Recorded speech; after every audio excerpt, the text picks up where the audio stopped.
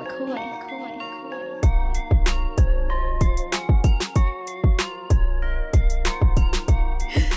Machine Tuesday. Trade Machine Tuesday. Bro. You didn't even know it was Tuesday until 30 seconds ago when Emma goes, oh shit, guys, it's Tuesday. Yeah. So don't even come at me with this. What do you want from me? I want us to pretend like today is Monday and tomorrow is Tuesday. Fine. Tomorrow's Trade Machine Tuesday. We're observing it tomorrow. We did have tacos today, though. We did have tacos today. Just saying. Hi, everybody. Welcome into the PHNX Suns show where things are already off the rails. That's what happens when there's a holiday Monday and we forget today is Tuesday. Feels like I haven't been here for like a week. So are we doing that? We're gonna just swap Tuesday and Wednesday this week, and we'll just do Trade Machine Tuesday on Wednesday? Unless we really want to screw Emma over and make her have to make a bunch of graphics while we sit here. I mean, Judging by the look she just gave me, that's a probably not no. happening. Tomorrow is Trade Machine Tuesday, everybody. You're gonna have to come back later. But we do have a lot of stuff in store for you today, so don't worry. We got a lot of things to talk about.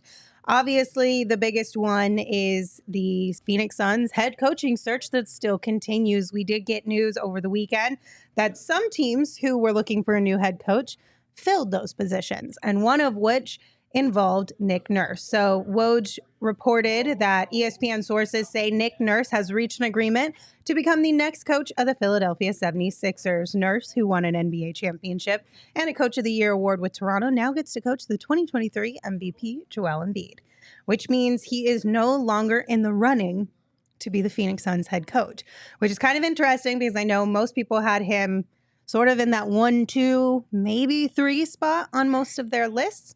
But we also heard from Gambo of Arizona Sports that the Suns have now narrowed their head coaching search to Doc Rivers, Frank Vogel, and Kevin Young as they prepare to fill the vacancy left in the firing of Monty Williams. I told you last week, we don't need Gambo. I told you last week that Devin Booker was not going to let friggin' Nick Nurse come in here and coach after Nick and Earl Watson had beef. So I told you that. I laid it out for please. you. It wasn't happening. And Nick Nurse is now in Earl Philly. Watson. Oh, That's all right. that dictates how this Suns franchise is going to be operated in the future. Connect the dots. Oh Kevin my Young God, it's like- has been and will be the coach that they're going to hire. All signs have pointed there. You really think they're going to hire Doc Rivers? You really think they're going to take Frank Vogel out of witness protection? No.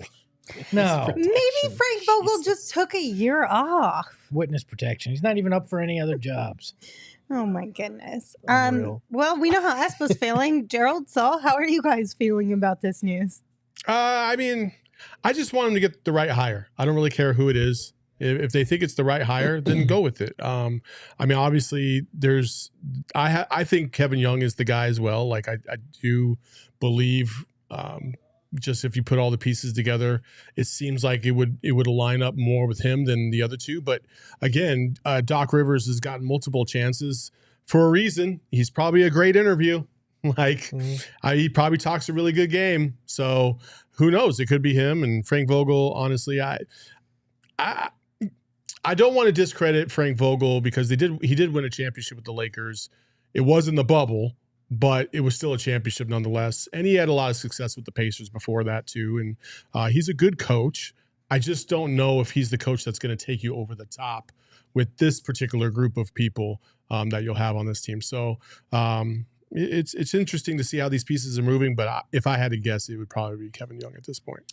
Yeah, it feels like Kevin Young is probably the favorite among those three. Just looking at it objectively, I feel like Frank Vogel is a very good coach. Like Saul mentioned, he won a championship recently, and he was a good coach before that with the Pacers.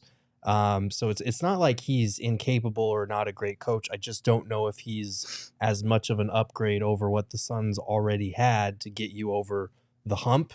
And that was my issue from the start with firing Monty, is if you're doing this, you need to have a certifiable upgrade that you are pivoting to. With Nurse off the board, that's one of the two guys that I thought for sure were definitive upgrades from a tactical standpoint with Nick Nurse and Ty Lue. Ty Lue hasn't panned out. That's probably not going to happen.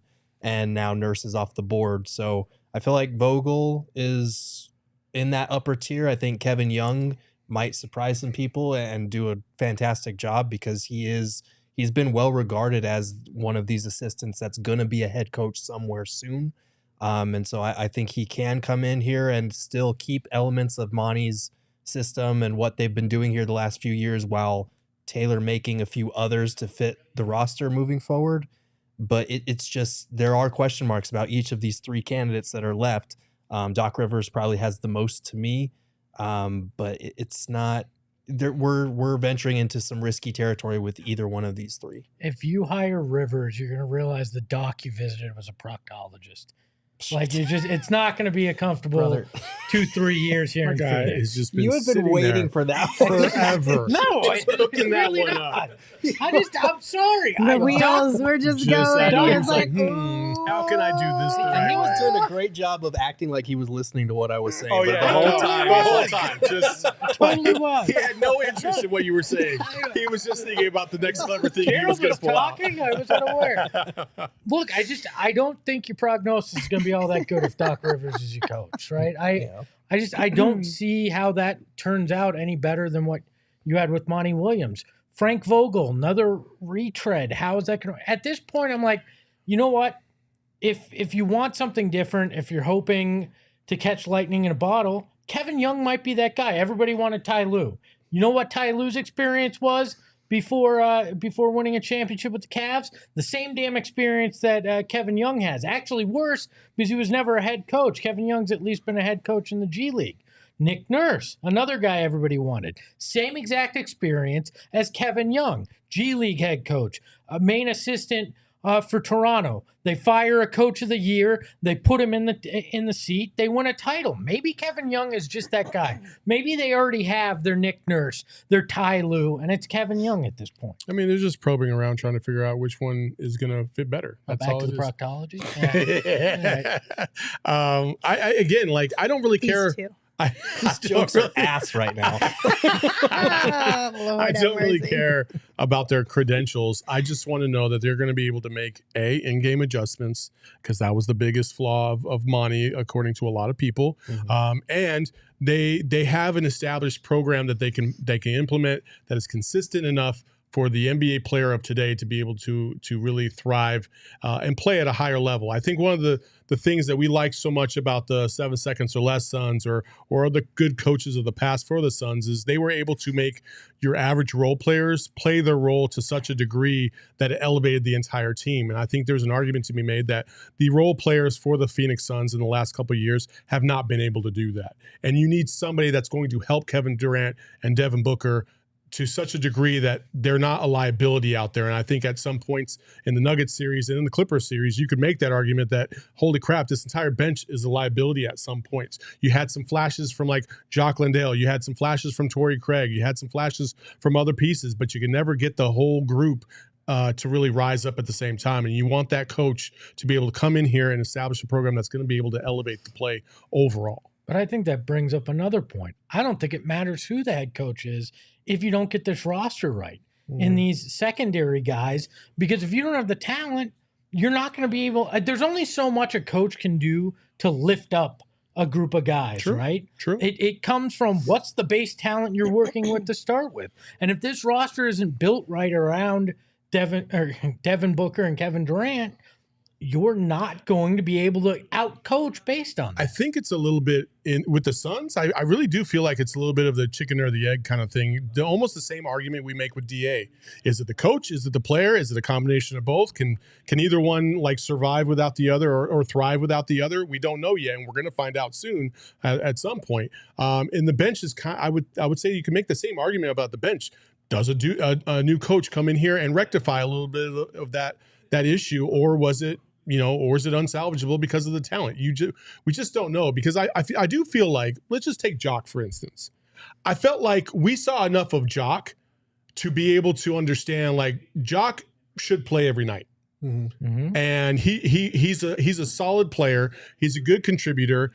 He had a lot of energy, but for whatever reason, multiple times this season, Guy was just sitting on the bench. And I understand matchups and stuff like that. And this is the number one thing that I will go to personally about Monty is that I am sick and tired of us adjusting to the other team as opposed to the other team adjusting to us. And I felt like I saw that way too many times in terms of his reasoning as to why certain players were not playing. It's the same frustration people have in baseball sometimes with Torey Lovello. Guy will go on a heater, hit 5 home runs in 5 straight games, and for whatever reason, game number 6, he's sitting on the bench. Like, why? Oh, because of analytics. Fuck the analytics. Play the best guy. That's what we're trying to do. And so I think Monty kind of was victim to that from his own, obviously, doing. Well, and you also know that, like, bench guys and role players, there's a rhythm to it, right? And it's difficult when Jock has talked about it. Like, he figured out a way to kind of navigate that. But it is hard when your name gets called and then you sit for 5 games straight. And then you get called again. And then you play 5 and you think you're doing really good. And then all of a sudden you're just like, listen, tonight ain't your night. We don't have a reason for it, but tonight you're not playing. Yeah. That's got to be really hard to find that out. And I'm not putting that all on Monty or whatever last year's coaching staff was, because sometimes you do have to make those judgment calls as the head coach, and that's totally fair, but it's got to be difficult. But does another coach make Landry Shamet better? Does he fix campaigns inconsistency? Like, I think we all agreed from last offseason this was a flawed roster. Like, we talked about it. So I think you need to find those improvements. But what I would say, and I don't know if Gerald's going to scoff at this because I really don't know where you sit on this whole Aaron Holiday thing, but Here we go. I just want to say, like, I do think that maybe these other guys, seeing what they were getting in terms of bench production against the Mavericks in a certain couple situations, maybe they would not be as afraid to throw Aaron Holiday in there just to mix it up a little bit when you know you're not getting anything out of Chris Paul. Campaign wasn't giving you anything, but for whatever reason, you just kept banging your head up against the wall, hoping that at some point you were going to break through, and it just never was going to happen. I think those are the rare instances where a coach might say, you know what, fuck it, let's just try it because nothing else is working right now. You got to have that feel for your team, and to Monty's, really demise, his faith in his players is really what ended up being his undoing, because at the end of the day, you got to win games, and you got to at least try different things to at least give the perception that you're trying to make adjustments and change things around. And for a large portion of the public, they would tell you that they didn't feel like that. I will say on the other side of that too, that it's a fine line about making that adjustment and messing with the mentals of your players and continuing to give them the opportunity to be who you think or who you know they can be. It's a very fine line to walk. And it's like you're just teetering all of the time on what is the right call and what is the wrong call, what's too early, what's too soon. So I will say that's not an easy thing to navigate Gerald, either. You talked with these guys all year. You talked with Monty. I mean, did you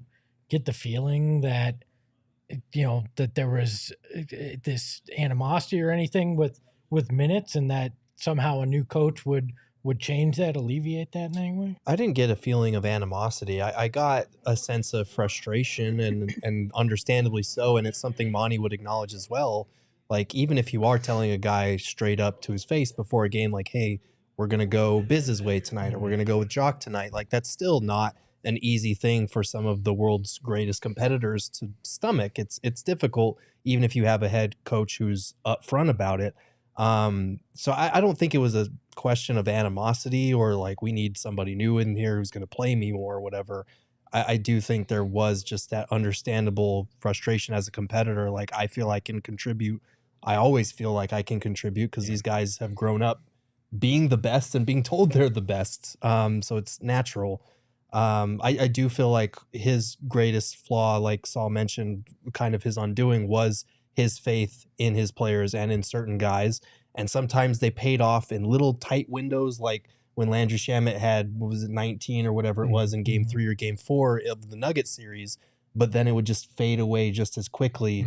And so those little instances were enough to keep his faith in that player and to continue it going on. But the returns were never as great as they needed to be. That one game was an outlier, not the rule. And so I think in some of those instances, it would have been helpful if he had been more willing to deviate from what worked in the regular season, his faith in certain guys that worked during the season. And part of that, the problem there is that a lot of these guys that he needed to turn to and pivot to were newcomers that he didn't trust and that didn't fully grasp what they were doing on both ends of the floor. Even though TJ Warren and Terrence Ross, we all agreed, needed to play more sooner in that Nuggets series. And you can turn to Aaron Holiday the year before, things like that. Like those are, you have to implement those pieces. Maybe a different coach would be able to do that quicker. But it's part of the reason why I was saying, unless you have a definitive upgrade over Monty, I would have personally given him a year, even though I totally understand you can't lose elimination games in that fashion back-to-back years. So it's a tough spot. And now they need to hope that whoever they hire of these three really nails that job of navigating. We have a lot of new faces on this roster. We have some returning faces. Now we need something that incorporates what we did well under Monty with a system that works and enhances it with a new group of guys. That's a tough line to walk as a new head coach here. Yeah, I agree. It feels like this decision was made in part because I don't think Ishbia and Monty necessarily meshed, but there may not have been that plan of how do you replace this right away. And I think we're seeing that in this search. Okay, so operating that under the idea that it's these three guys who are left, Doc Rivers, Frank Vogel, Kevin Young, a little mini rank and file. You don't have to expand on it, but 1, 2, 3. What's your order? Of what you prefer, not what you think will happen. What you prefer. I would probably go Kevin Young. Oh, man. I'm going to go Kevin Young, Doc Rivers, Frank Vogel. I'd probably go Kevin Young, Frank Vogel, Doc Rivers. Kevin Young, way down the list, Frank Vogel, Doc Rivers. I think we may see Kevin Young as head coach, Frank Vogel as lead assistant. I'd be great with that. Yeah, and that wouldn't shock me. Or some guy like a Frank Vogel as the lead assistant to a Kevin Young. Okay, so we are all in agreement that we think Kevin Young would be the best choice for the Suns out of these three names that are still attached to them for their head coaching search. So then let's dive a little bit deeper into Kevin Young. But first, I do want to remind you guys that in just a few days, our Knockout Nights Cornhole League is going to be happening. That's happening on Friday at the BetMGM Sportsbook. It's going to be a blast. That entire day, we will be out at the BetMGM Sportsbook. All of the shows from PHNX will go live from out there. And then I believe starting at, 7 p.m. is when our Cornhole League begins. So grab a partner, come on down, show us what you got. Don't get toasted. Me and Gerald are going to beat everybody. I'm trying to speak that into existence right now. Watch your cornhole bud's going to win, all right? Watch out. We still need to come up with a name. Are we Cornholio? Did somebody else already pick that? The Great Cornholio. I don't know. Well, I think that's our name, but you guys should come hang out with us. It's going to be a blast. Also, if you haven't signed up for BetMGM yet, make sure you sign up today and use bonus code PHNX when you do, because there's a few different offers that we've got for you guys depending on where you live. But for our Arizona audience, you will get up to $100 in bonus bets on your first wager with BetMGM. Again, just make sure you use that bonus code PHNX. You can check out the show notes for full details, and now you can listen to Shane talk about the disclaimer.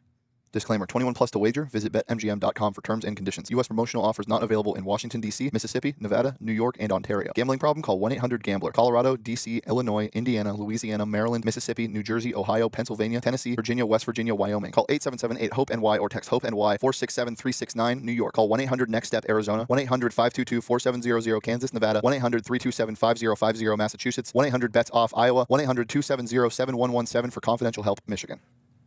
Also, Father's Day is going to be here before you know it. So now is a great time to start figuring out what it is you are going to get your father for Father's Day. And we've got a promo code for you guys for a really cool place if you want to take advantage of it. I'm talking about Omaha Steaks. It's definitely going to put a smile on your dad's face. You can pick from a slew of different things. They've got fork tender, they got bacon wrap filet mignon, they've got desserts, they've got burgers, they've got, what else is there? Chicken. Obviously steaks. Pork chops. They have these little apple strudel things. They're like tarts. Yeah, apple tarts. Yeah. I got those. I love my meat, and I'm really glad that I got Omaha Steaks. While the missus and the little one are going out of town for a couple weeks, and now I've got everything I can cook for myself. and experiment with before they get home. So you're just gonna save it all for yourself? I am, because I want to experiment, Okay. teach myself how to grill. I'm not So you good. make sure you get it right, and then you'll order more Exactly. using the promo code PHNX Suns, Exactly. and then you'll make it for them. I'm I not good see, with the okay. cooking, so I Okay, want I to see. practice with me being the only collateral damage. Gotcha.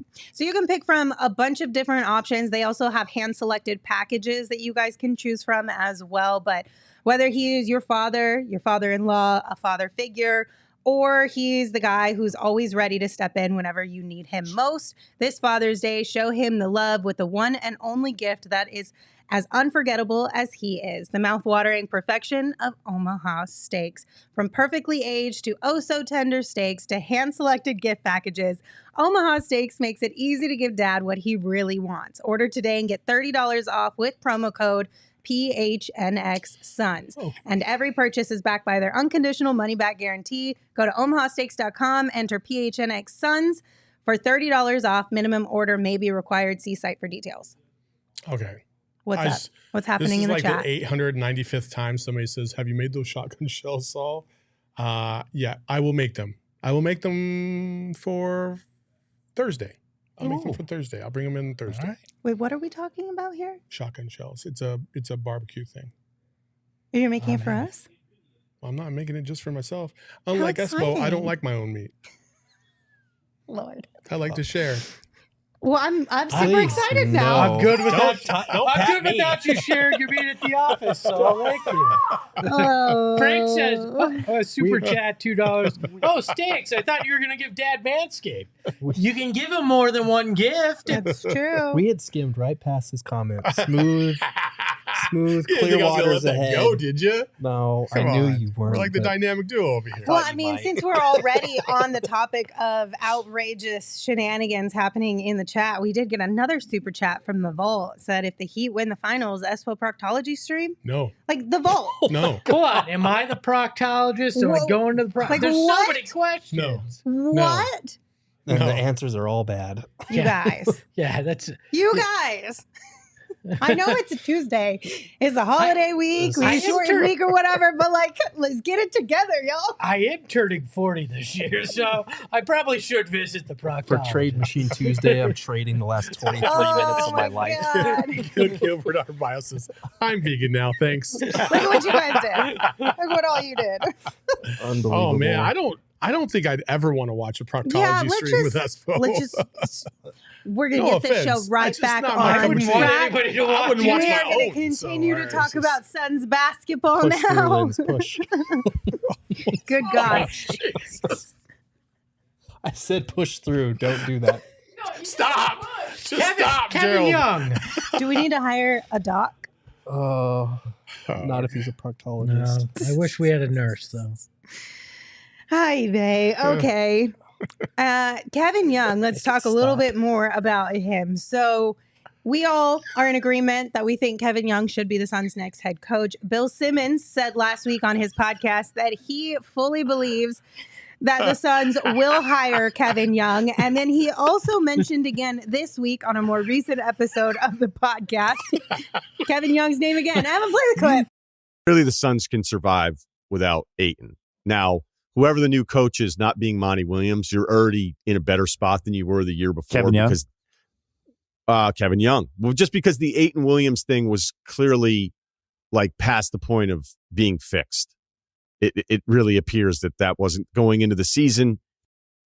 Okay, so essentially he is saying that anybody not named Monty Williams will have already been a better situation for the Suns because he's pointing back to the DA Monty issues, if you will, that he didn't feel like were fixed before the season started. Bill Simmons didn't seem to specifically name Kevin Young here, but the name Kevin Young was thrown out when talking about the next Suns head coach, and he didn't deny it. And like I said last week, he was very adamant that he thinks it's going to be Kevin Young. I mean, again, like we speculated a little earlier, I do feel like there's a lot of players that are on the Kevin Young train. They like what he brings to the table. I spoke to Joseph Blair, who's the assistant coach for the Wizards last week, and just to kind of get a little bit of background on Kevin Young and how he is behind the scenes. And again, he echoed a lot of things that I think Espo mentioned last week, just that he's just very detail oriented. He's meticulous in terms of his preparation, watches a lot of film, is always prepared, always ready. And the way he put it is he's a brilliant mind. He said that any team would be fortunate enough to have him. And so, I mean, he's a big fan of him. They worked together on the Philadelphia 76ers staff back in 2020. So he was familiar with them. They communicate every other day still. So that tells you about not only Kevin Young's ability to relate to players and his attention to detail and his work ethic, but also the relationships he's able to build with other assistant coaches as well. So I think the Suns, listen, I think at this point, you have a shining star of sorts in your house, and I think you got to do everything you possibly can to see if this is the path you want to go down, and if this is really the person that's going to take you to the next level. Because if you don't take him, somebody else definitely will, and you don't want to regret the choices that you make. Yeah, I agree. Everything that I've heard from him, it seems like he's worn a number of hats for the Suns, and throughout his coaching tenure, he's regarded as being very prepared from an X's and O's standpoint. He gets along well with the players. There was a report last week that he's got Booker's backing. I think it was from Mark Stein, which is huge if he has the support of Devin Booker. But he's helped with player development before. He was Monty's designated guy for challenges, so he was entrusted with that kind of role. He said Monty said that he helped him judge shot quality when shots weren't falling, like whether they're getting good shots and just missing them or whatnot. So he's been trusted with a number of things on this Suns squad.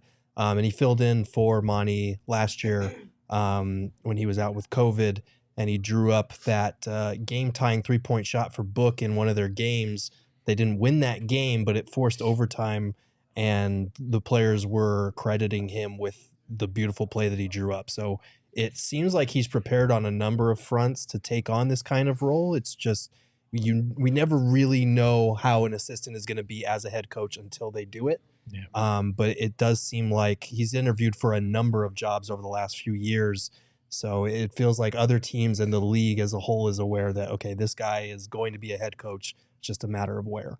Yeah, I did have a player, like I had mentioned last week, tell me he has flawless game plans was the exact quote. But I know there's a concern out there about, he was on Monty's staff. Can we expect anything different? How could he not have the blame for any of this? And I asked a former NBA assistant coach who was a head coach in the G League as well, like Young, about it. And he said, from time to time, your ideas don't get implemented by the head coach, and that it's not an always occurrence, but it does happen from time to time. So Kevin Young could have had good ideas there that just weren't implemented by Monty. And he also mentioned, eventually you want those assistant coaches' voices to be louder if you like them. So they move from the back row to the front row to the lead assistant. And then he even mentioned, look at what happened with Dwayne Casey and Nick Nurse. Nick Nurse's voice became very powerful there. They let Dwayne Casey go, even though he was coach of the year, and they put Nick Nurse in. That could be the path we're seeing here. So I'm less concerned about he was on Monty's staff. So why weren't his ideas implemented after talking to this guy? Well, I mean, you see that in any job, right? You have a boss and you might bring a great idea to them, but your boss thinks that they know best or aren't ready to implement those ideas. Every single day, Lindsay. Every single day. He said it, not me. I was just speaking in general. I knew you were. Listen, Lindsay, don't act like you're not throwing the lob, okay? Let's just not do that right now. The side eye the second. She's like, who among us hasn't had a boss who doesn't listen? Who directly reports to a guy like this? Not me. You can feel that though too, Solly. You know that. We are not talking about this job. We are talking in general terms. But it is true, though. It is true. Like Kevin Young could have brought a lot of different things to Monty. Maybe Monty just wasn't ready at that moment to start implementing them or make that decision to make the change. But there is another former player, JJ Redick, who had a lot of really great things to say about Kevin Young recently as well. I'm a believer in maybe getting some new blood in there, so some fresh faces in there. Okay. And so the guy for me is Kevin Young, who has been an assistant coach with Monty Williams in Phoenix for 3 seasons now. Was with me in Philadelphia, played for him for 2 years. He's one of our assistant coaches under Brett Brown. Kevin has excellent basketball intellect. He's a tremendous communicator. He's familiar with the players. And a lot of this, as you know, Stephen A., is who is Kevin Durant willing to sign off on? Who is Devin Booker willing to sign off on? Who is Chris Paul willing to sign off on? And to me, Kevin Young is a guy who I think will have a lot of success in the NBA as a head coach. And I also believe he has the players backing in this case. Yeah. And I'm glad you brought up Kevin Young because, I love it when new names are thrown out that don't know much about him. Yeah. And so, we rely and lean on people like yourself who know them to speak about some of these young cats on the come up. Me personally, when I think about people that haven't had a coaching opportunity, I think about a guy like Phil Handy who's on the Lakers bench. Why? Because he was in Cleveland when LeBron won a title. He was in Toronto when Kawhi won a title. He was in LA when they won a title. And then I'm thinking about a guy that has been on three different locations as an assistant, and they've won championships where he's been. Plus, he's known as a player development guy. So I look at a name like that. That comes to my mind. But I have nothing to throw against the argument for Kevin Young, who served under Monty Williams. Other than this, Ishbia decided to get rid of Monty Williams. So why keep someone from his staff? Now, he was an owner there from the beginning. He picked Monty Williams. Yeah. And he decided to let Monty Williams go. That's different. But he's letting Monty Williams go primarily because that's not the guy he picked. He inherited him. So if you want to establish your own thing, why have somebody from... Real quick, I know we need to go. I'm just curious, how much of a say will the players have when it's a star like... So obviously, JJ Redick mentions again there that he feels like Kevin Young has the backing of the players, which when you're talking about players of Kevin Durant, Chris Paul, and Devin Booker's statue, that's a huge win for your corner. Yeah, it is. But honestly, like, it's cool that they support him. But my thought of if I'm a GM or a CEO and I'm trying to put together a group, I don't necessarily think that it really matters completely if the players buy into a said individual. Because if I have a mindset that, I can see the bigger picture and this person would actually be a better fit for this group and what their skill set and their level are. Because players, let's be honest, every player thinks that they're the greatest ever. Like, that's why they're in the NBA. They've been highly successful. And if they have a coach that they think is like, oh, this would be a perfect coach for me, you don't know all the coaches. You don't know every single coach. You're not in those interviews. Maybe you hear something in an interview that you're just like, wow, this is really impressive. And I never thought about using so-and-so this way. That might catch you off guard. So it's cool that the players are on board. It makes it an easier transition process if he gets hired, but it's not the biggest item. I look, JJ Redick is a guy that is very respected in basketball circles. In terms of his opinion, he has direct knowledge of playing for and under Kevin Young. So I put some weight behind what he says. And he's not a guy in the room right now who's lobbying for him. I understand Devin Booker lobbying for him. Okay, that's one thing. But JJ Redick is lobbying for him as a guy, on ESPN, on his podcast, those kind of things, because he believes in the guy. So I take that. I take that. With some heft to what he's saying. What I am concerned about is, does that mean JJ Redick will be on the staff, and then do I have to spend half my time in Chicago, or how does that work? I think you still have to be here. Okay.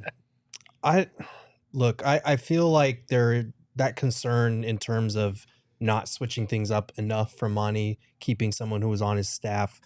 I feel like that concern is overblown, because I think if you read between the lines of what Monty said last year about, finally implementing what Kevin Young had been bothering him for basically 2 years about crashing the offensive glass more, it does feel like Monty he always talked about having people in the room and on his coaching staff that would contradict his opinions, that would challenge his thoughts and his strategies.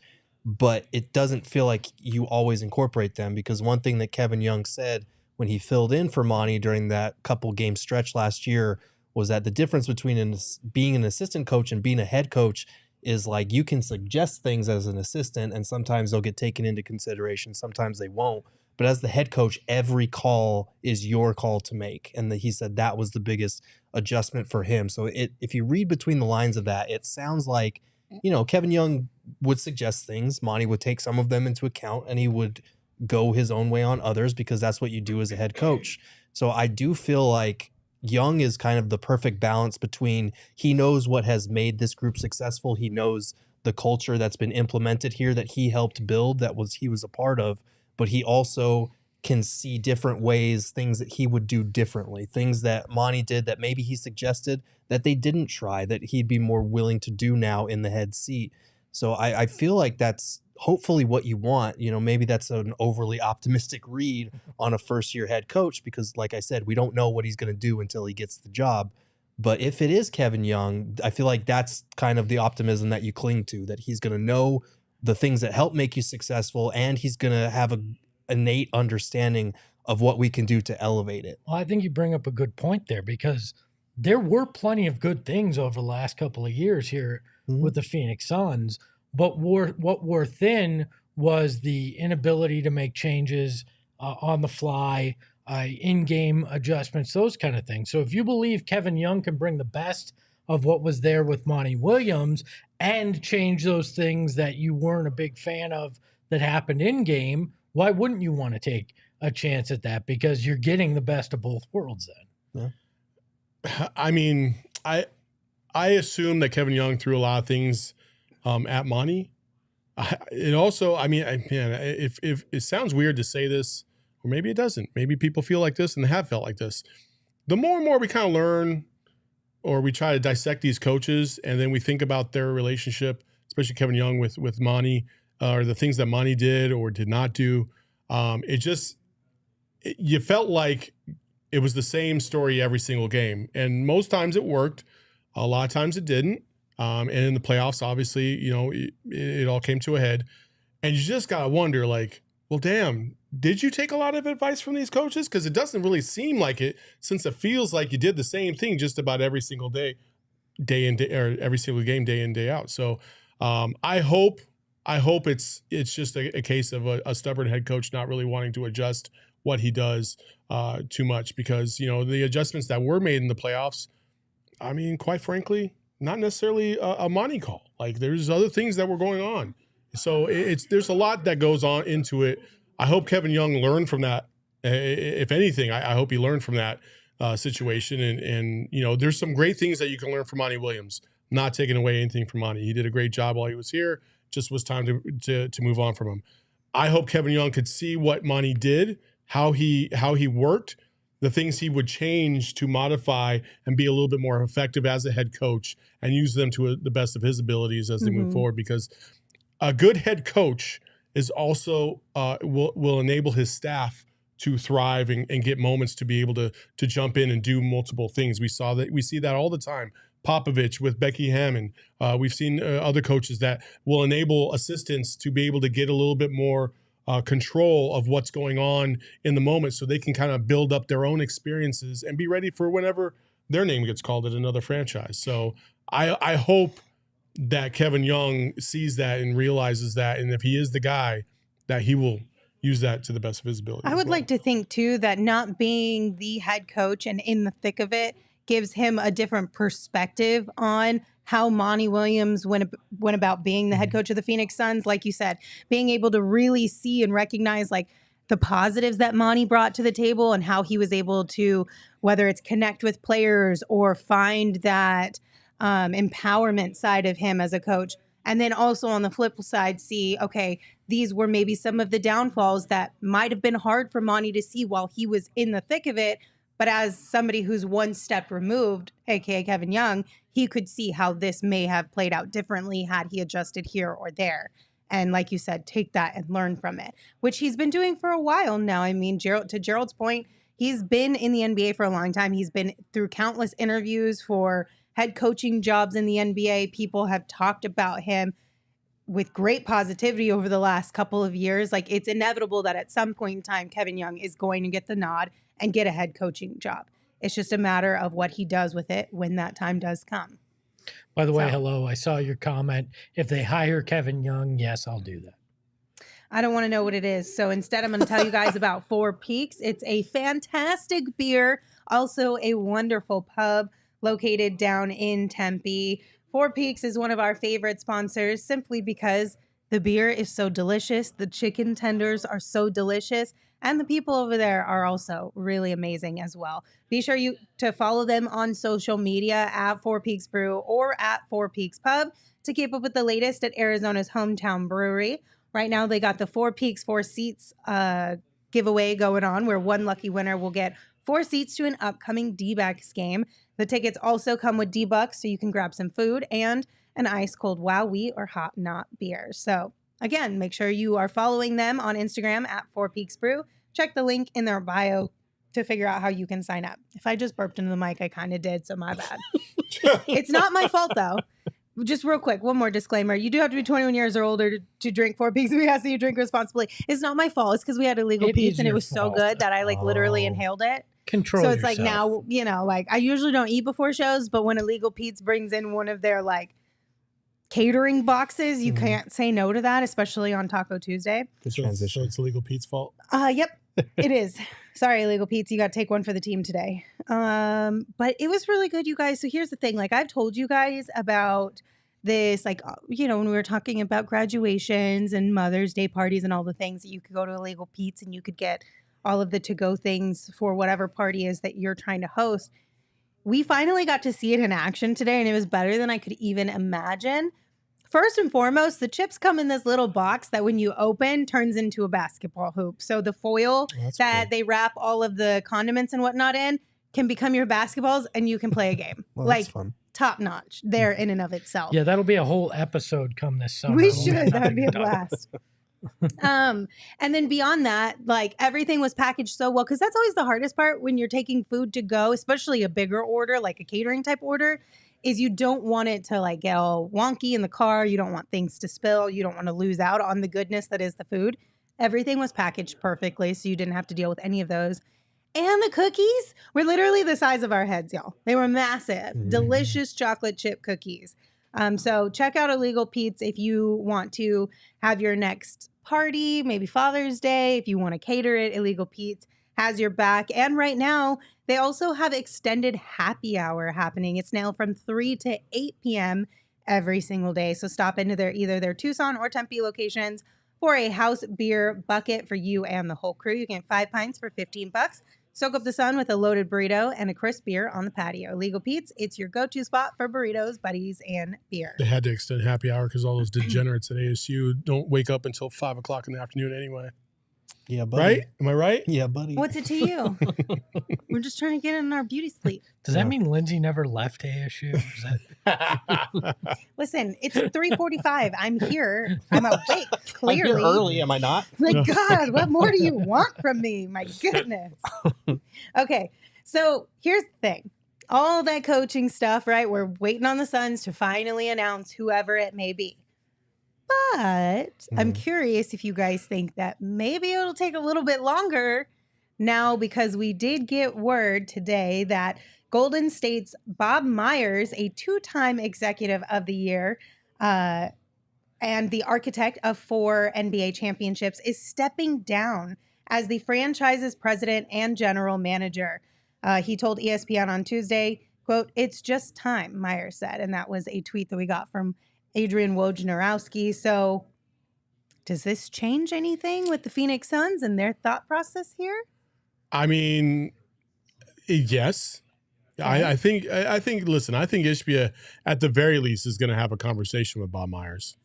I don't think he would just dismiss it.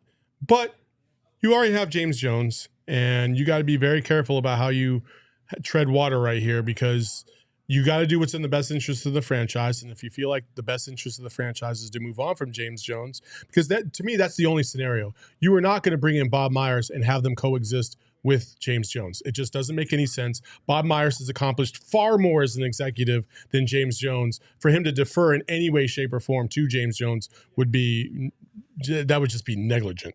So he would come in to take over everything in basketball operations. I think you at least have to pick up the phone.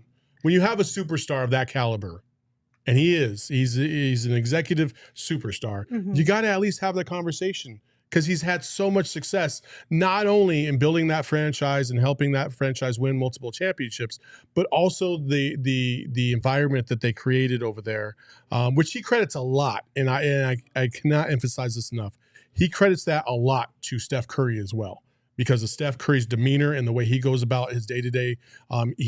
Steph Curry and him basically built the culture of that building by being who they are. And Bob Myers has said that multiple times on his own podcast.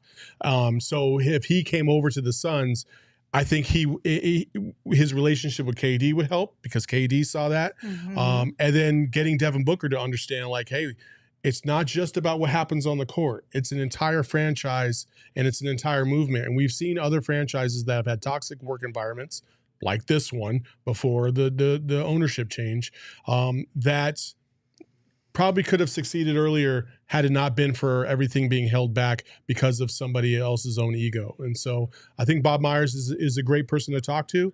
I don't know if he'll get the job. I don't even know if the Suns are interested, but I think, at least got to make the phone call. His name's been tied to the Suns since before Ishbia officially took over. There were rumors that Ishbia was going to bring in Bob Myers, that he was going big game hunting, and Bob Myers was close to the top of that list. And so you have to at least make the call, right? Now, I don't know. There's rumors Bob Myers wants to spend more time with his family, but as I say, everybody has a price, right? And maybe it's the idea of a new challenge and bringing a championship to a team that's never had it, and a boatload of money that gets it done. I don't know, but I'm definitely making the call. And my tinfoil hat's tingling. I think there may have been something going on. If you want to hear more, go to our YouTube Well, page. I mean, it's a fair tinfoil hat theory to have, that maybe you had information that this was going to happen, and that's what's holding up the coaching search for the Suns. I also wonder if you, like, to Saul, to your point, and I know when Bob Myers was first brought up, just in general, when it came to the Suns, a lot of people were saying the same thing. Like, him and James Jones probably cannot coexist in that same building. Like, Bob Myers isn't going to take a backseat to James Jones and all these things. But is there a world or a possibility in where, because he kind of maybe wants to spend more time with his family, which is something that a lot of beat writers and people out of Golden State have been saying about him since this decision came out today, that maybe he doesn't want two roles within an organization and that he would be more happy with just one? That does free up a little bit. He's not managing all these people, handling all of this stuff. Like, maybe there is a little bit of room there for him to have a lesser role, but still equally important. I don't think so. I feel like if you're reading between the lines, like, yes, newsbreakers have to implement certain things when they're being given exclusives. But, like, if you look at Woj's article, it really builds up his price tag as far as he's expected to be the most pursued executive in modern North American professional sports history.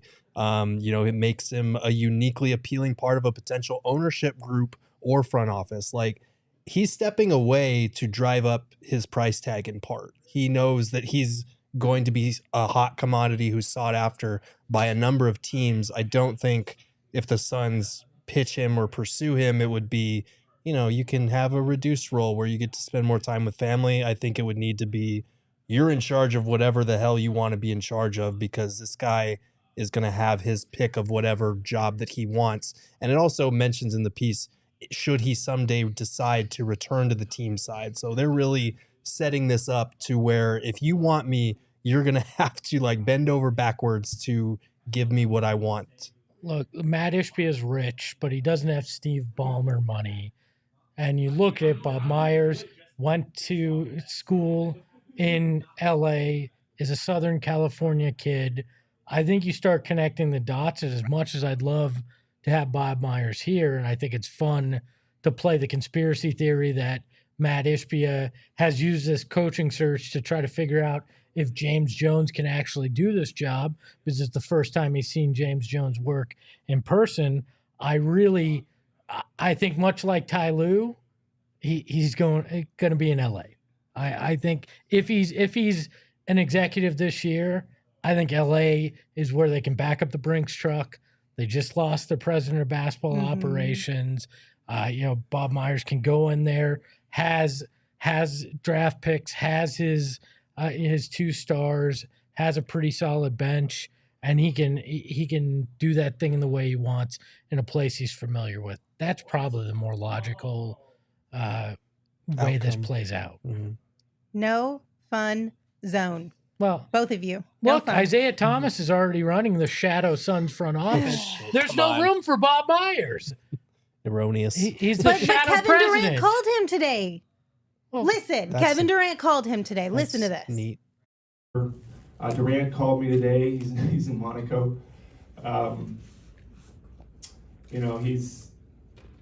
What he did for us, showing up here, knowing what he would hear about when he made that decision.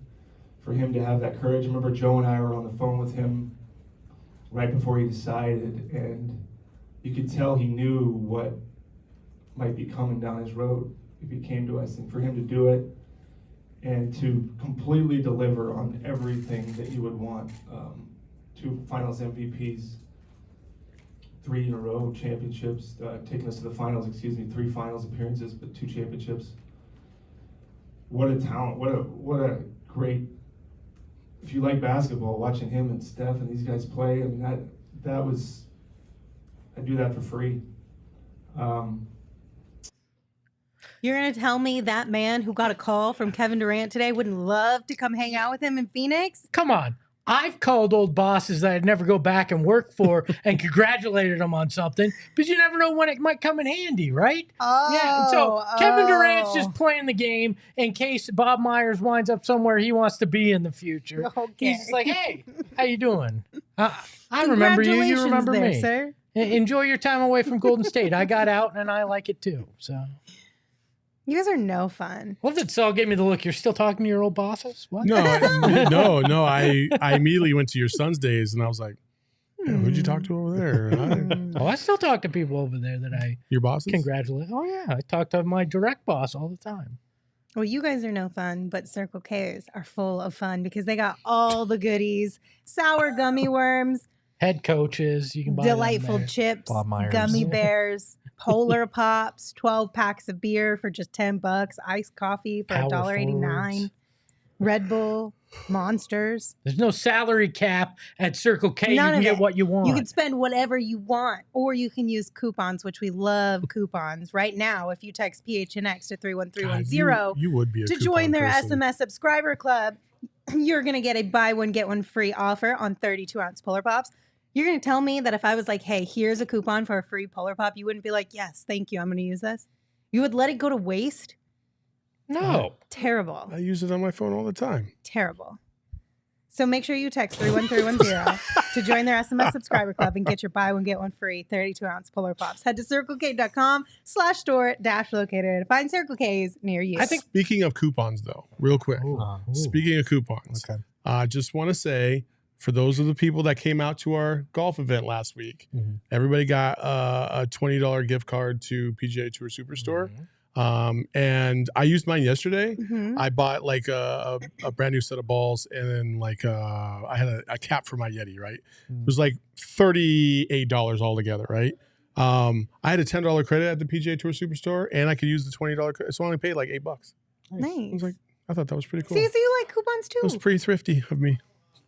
You over here just giving me no, grief you seem left like, and right for liking to use a coupon. No. I feel like you. I could easily see you being like one of those coupon people, like the people that clip like from just, the. Yeah, just. I mean, that's stacks hard. and stacks. You Yeah, put, like, if it weren't for your laziness, yes, 1,000,000% you would be the coupon person. I feel like Lindsay would be the one that would use a coupon for something she wouldn't get just because she could save the money. She's like, it's such a great deal. How could I not use this coupon? Yeah, 1,000,000%. Maybe.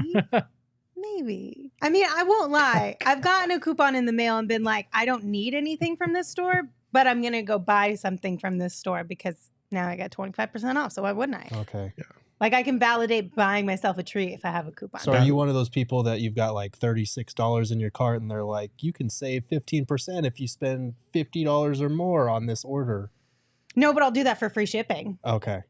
If I have like 30 Okay. bucks in my cart and it's shipping's like $7 and you're like, if you spend $10 more, you get free shipping, I'm absolutely spending $10 more to get free shipping. I'd have to check the math on that, but okay. I know it doesn't add up.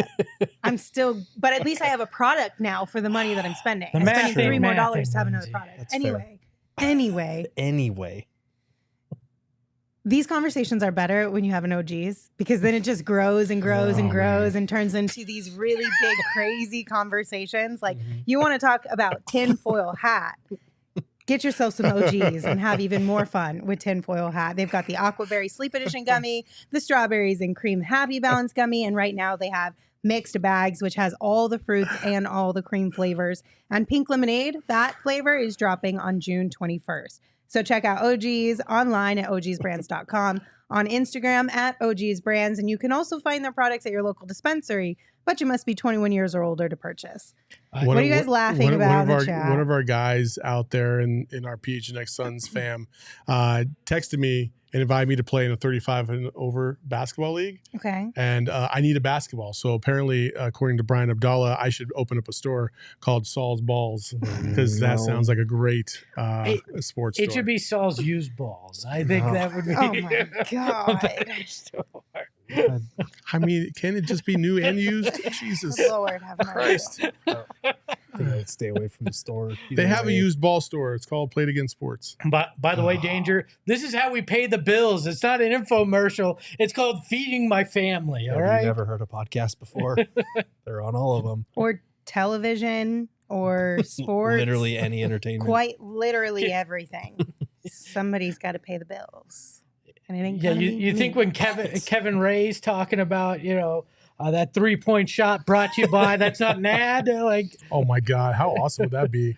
Oh, that 3-point shot brought to you by Saul's Balls. Oh my God. use let's that go. dude. Saul's They would, Let's balls. go. we would have to pay so much effing money to my get God. them to I agree want to the that. logo on the court. No. 2 basketballs with like You would literally have to pay No, like no. millions and millions of dollars.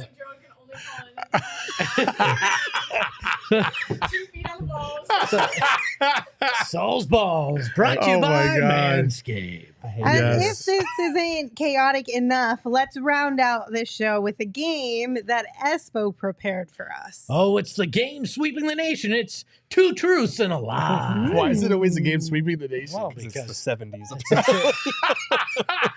you want a boring game nobody gives a shit about. It's 2 truths and a lie. Suns coaching edition.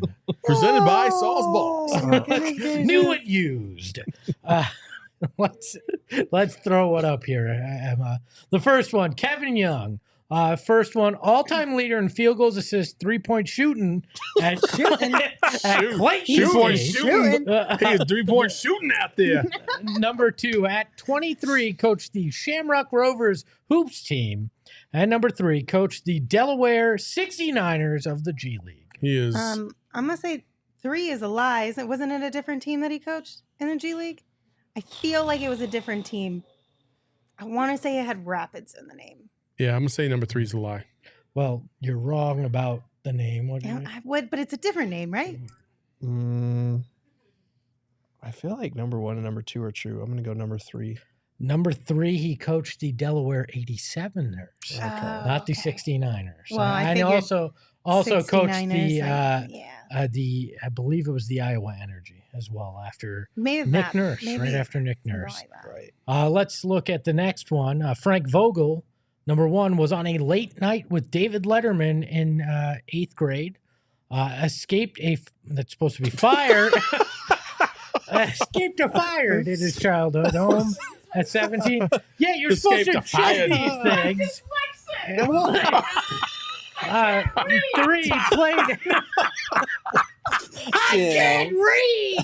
My favorite my bit here at God. PHNX Suns, not even a bit. It's just like a Can we thing put that now. back up? Just put it back My up. favorite thing is anytime there's a spelling error, we blame Emma. She's just like, absolutely the F not. Escaped a fire in his childhood home at 17, or played guard for the Quad City Thunder of the CBA. Okay, so I know one is true. Yes. I'm He spun a ball on a toothbrush while brushing his teeth on the day. Which before. is I'm wild. gonna say number 2 is the fake one. Okay. I'm gonna say number 3. Gerald is correct. He never played for the Quad City Thunder of the CBA. Actual team, actual league. But he did escape a fire with his mother out a window at his childhood home when he was 17. That's scary. That is scary. Number 3, our last one in Two Truths and a Lie. It's Doc Rivers was part of a Knicks Suns brawl, is a real doctor thanks to an honorary doctorate from Boston College, or is good friends with John Smoltz and helped him sign with the Red Sox. Number 2 is the lie. Number 2? That's what we're going with? I think it is. Lindsay? I'm gonna say I'll ride with Saul. Because I think I'm gonna if go he too. got an honorary doctorate, it wouldn't have been from Boston College. It would have been from Boston U. Okay. I'm gonna go. I don't know. Number 3. That's kind of funny, though. Because you used to call him Doc Rivers? because- Number 2 is fake. He Because- does not have an honorary doctorate. yeah, because he was a part of the Suns Nick brawl. I knew that. And then what was the third one again? John Smoltz. John Smoltz. Oh yeah, is John. good Because friend. he spent a lot of time as an Atlanta Hawk down there right when the Braves started getting good. So I assumed that he would have built a And relationship with John Smoltz. he actually did convince him to sign with the Boston Red Sox at the end of his career. So That's dope. yeah. So there is Two Truths and a Lie, Suns Coaching Edition. I liked it. Yay! We learned things about the coaches and about Emma. Sweeping the nation. I can't read. All right. Well, thank you guys for joining us for today's show. We appreciate you very much. We will be back tomorrow. Maybe, if you're lucky, we'll do some Trade Machine Tuesday on a Wednesday. But you're going to have to tune in to find out. Until we see you tomorrow, you can follow the show on Twitter at PHNX_Suns. You can follow me at Lindsay Smith AZ. You can follow Saul at Saul_Bookman. You can follow Gerald at Gerald Bourget. And of course, you can follow Espo at Espo. Espo, take us home. Frank Vogel may have escaped fired. Monty Williams didn't. Ahoy, hoy. Retro, tell the Phoenix Metro. Megas in control and he ain't never gonna let go. PHNX though, Lindsey, Gerald, Espo. Saw past the ball, we here to turn up the tempo. Got to understand me, I'll always rep the family. Rally in the valley.